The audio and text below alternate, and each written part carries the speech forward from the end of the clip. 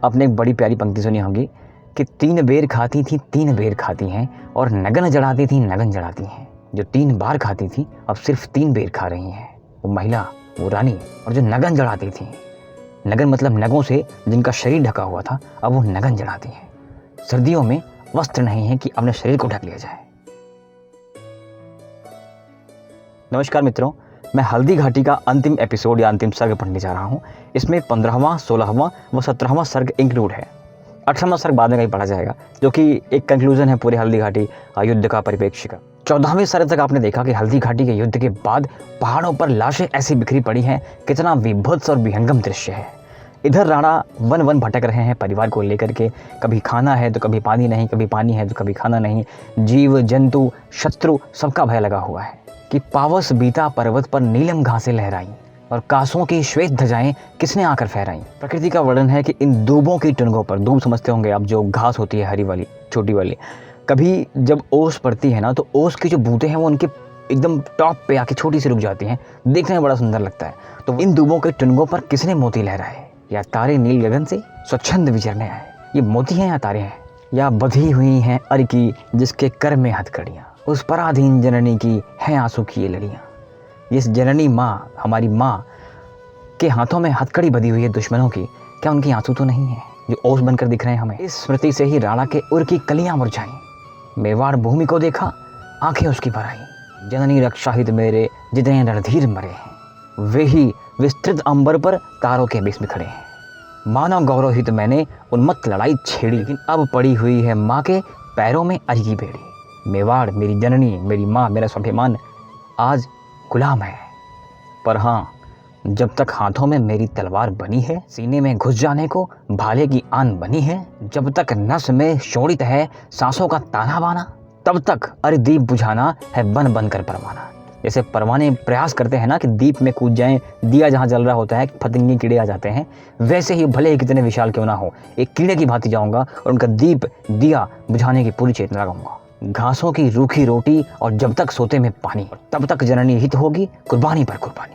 कुछ भी हो जाए, घास की रोटी खाऊं या वो भी ना खाऊं, जब तक पानी है तब तक, जब तक नसों में खून है तब तक, जब तक सांसों का ताना बाना है तब तक कुर्बानी पर कुर्बानी देता रहूंगा। राणा ने अपनी ये बातें उस प्रकृति को सुनाई कि ऐसा कुछ मैं करना चाह रहा हूँ और ऐसा कुछ मैं करूंगा। हम उस राणा की बात कर रहे हैं जो महलों में रहते थे। आपने एक बड़ी प्यारी पंक्ति सुनी होगी कि 3 बेर खाती थी 3 बेर खाती हैं और नगन जड़ाती थी नगन जड़ाती हैं। जो 3 बार खाती थी अब सिर्फ 3 बेर खा रही हैं। वो महिला, वो रानी। और जो नगन जड़ाती थी, नगन मतलब नगों से जिनका शरीर ढका हुआ था, अब वो नगन जड़ाती हैं।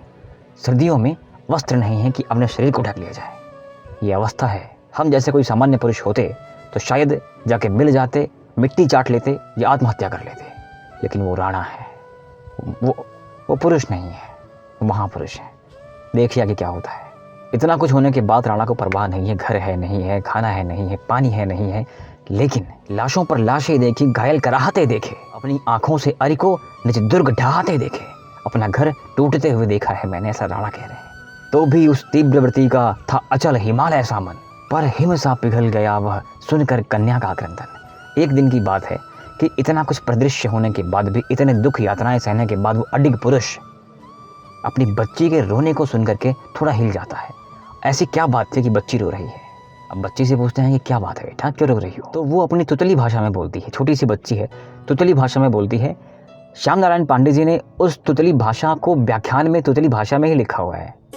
मैं कोशिश करूंगा कि आपको असली भाषाएं बताई जाए। तुतली भाषा थोड़ी सी पढ़नी मुश्किल लगती है। तो बच्ची कहती है तुतली भाषा में कि हाँ छही न जाती मुझ छे, अब और भूख की ज्वाला, कल छे ही प्यास लगी है, हो लहा हृदय मत वाला। छोटी बच्ची कह रही है कि कल से ही भूख लगी है और खाने का भी कुछ नहीं मिल रहा। माँ ने घासों की रोटी दी थी मुझको खाने को और सोते का पानी देकर बोला था भग जाने को, और अम्मा से दूर यहीं पर मैं सूखी रोटी खाती थी, जो पहले सुना चुकी हूँ वो देश गीत गाती थी। सच कहती केवल मैंने एकाध कवर खाया था, एकाध बाइट, तब तक बिलाव ले भागा जो इसीलिए आया था। 2 दिन बाद एक सूखी रोटी मैं खा भी रही थी, एक बिलाव आता है उसको भी छीन के भाग जाता है। सुनती हूँ तू राजा है, मैं प्यारी छौनी तेरी, क्या दया न तुझको आती है दशा देख कर मेरी।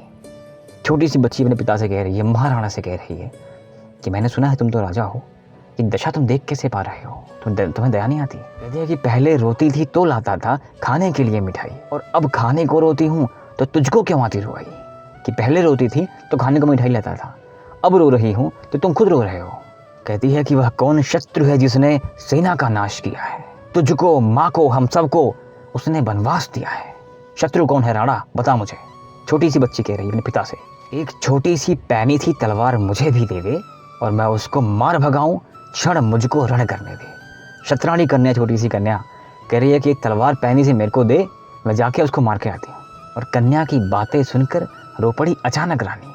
राणा की आंखों से भी बहता था अविरल पानी। एक पिता के लिए शायद इससे बड़ा दुख नहीं होता कि उसके बच्चे उसकी आंखों के सामने तड़प रहे हों भूख के मारे और वो असहाय कुछ ना कर सके।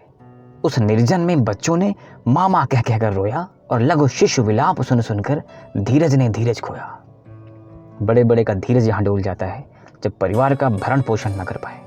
अन्याय न्याय कुछ दिखाई नहीं देता उस टाइम पे। यही हो रहा है अब कि जो धीरज था राणा का वो छूट रहा है।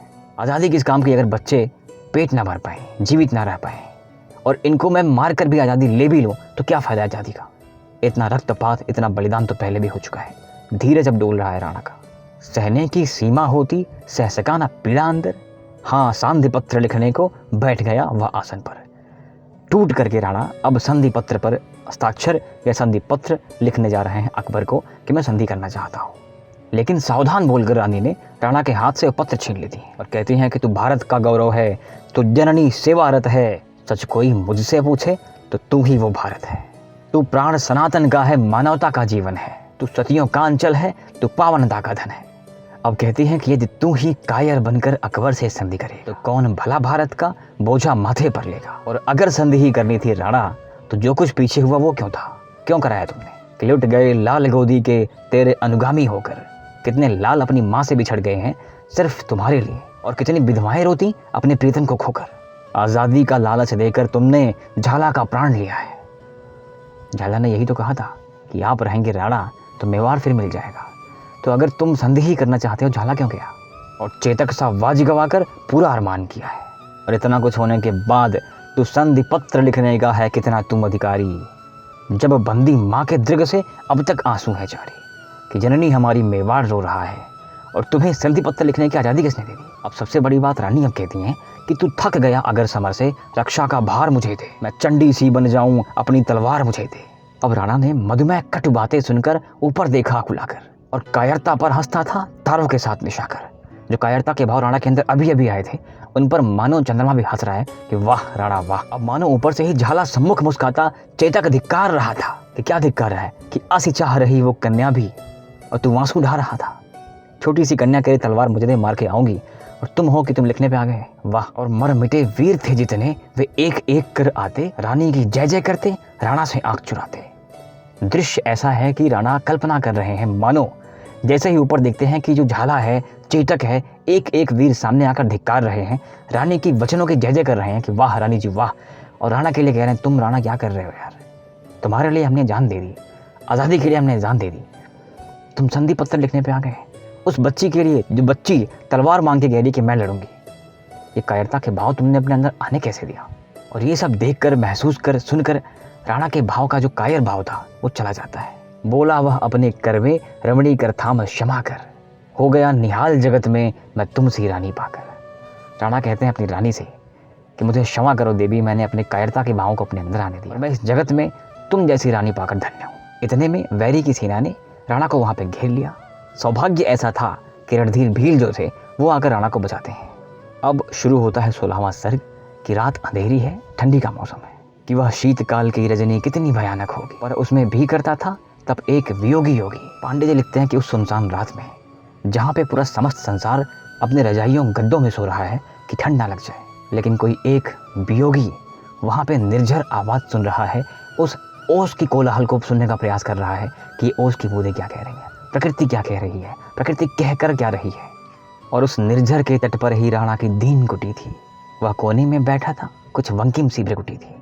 इतना कुछ खो जाने के बाद, इतना कुछ हार जाने के बाद, इतना कुछ हाथ से चले जाने के बाद एक मनुष्य की दशा और हो ही क्या सकती है। दुखी, विकल, संताप रहित।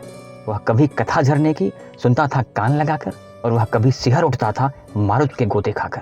जब ठंडी हवा छाती में चुभती है ना तो इंसान सिहर जाता है, और जब अति हो जाती थी तब वह कथरी के भीतर भरता था आहें सोकर। वह कभी याद जननी की करता था पागल होकर। वह कहता था वैरी ने मेरे गढ़ पर गढ़ जीते, और वह कहता था रोकर कि माँ के सेवा के दिन अब बीते। एक निराशा आ रही है मन में कि शायद यही अंत है मेरे जीवन का, अब मैं कुछ कर नहीं पाऊंगा। मेवाड़ गया है मेरे हाथ से। कहते हैं कि यद्यपि जनता के मन में मेरा ही शासन है, कहते हैं कि जनता जो है वो मेरी ही है, पर इंच इंच भू पर अरि का अनुशासन है। दुश्मन जो चाह रहा है वही कर रहा है। कहते हैं कि 2-4 दिन पे अगर कोई एक रोटी मिलती भी है खाने को तो शायद वो खाई नहीं जाती, क्योंकि डर ये है कि दुश्मन कहीं आ ना जाए, और दुश्मन आ भी जाते हैं। आज यहाँ हूँ कल वहाँ हूँ, आज जीवन है कल जीवन भी नहीं है, ये परिवार कहाँ जाएगा, देश तो चला ही गया है, स्वतंत्रता स्वाभिमान अभिमान सब कुछ खत्म हो गया है, और मेरा उत्साह भी जा रहा है।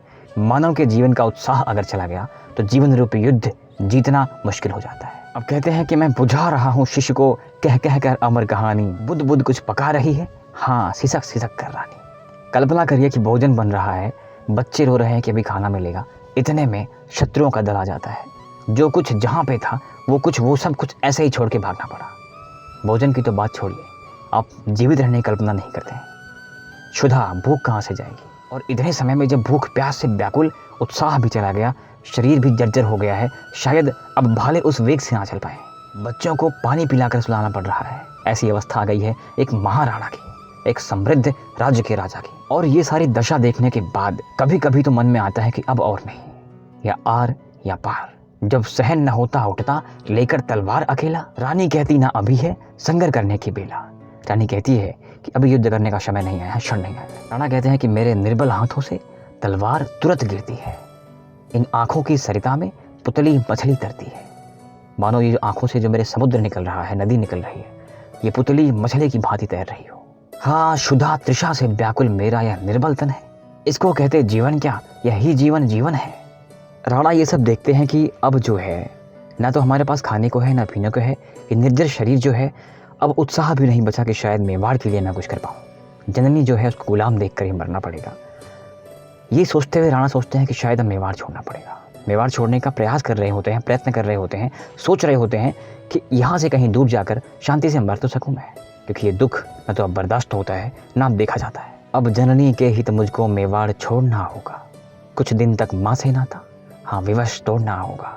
अब दूर विजन में जाकर राणा कुछ कर सकता है, जिसकी गोदी में खेला उसका ऋण भर सकता है। यह कहकर उसने निश में अपना परिवार जगाया, आंखों में आंसू भरकर उनको गले लगाया। राणा तैयार होते हैं, अब मैं जाऊंगा, अब जो होगा देखा जाएगा। बोला तुम लोग यहीं से जननी का अभिवादन कर लो, अपने अपने अंतर में जननी की सेवा भर लो।